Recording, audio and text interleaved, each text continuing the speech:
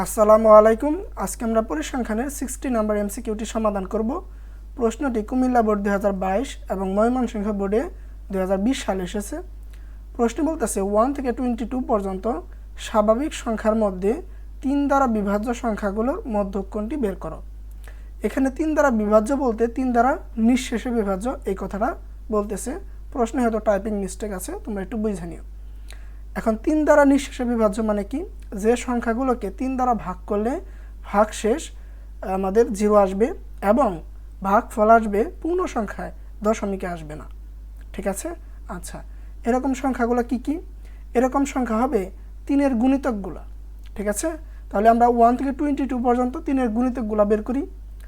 কীভাবে বের করবা? 3-এর ঘরের নামতা বলবা। 3 অক্ষে 3, 3 দুগুণে 6, 3 তিরিক্ষা 9, 3 চারা 12, 3 পাঁচা 15, 3 6 18, 3 সাতটা 21।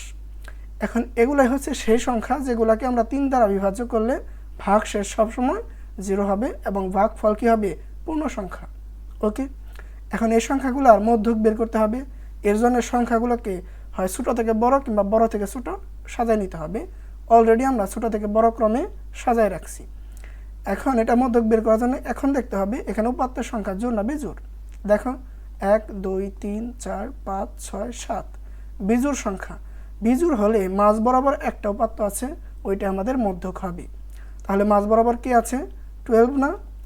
এর ডান পাশে দেখো 3টা, এর বাম পাশে হচ্ছে 3টা, তার মানে 12 হচ্ছে মাঝখানে।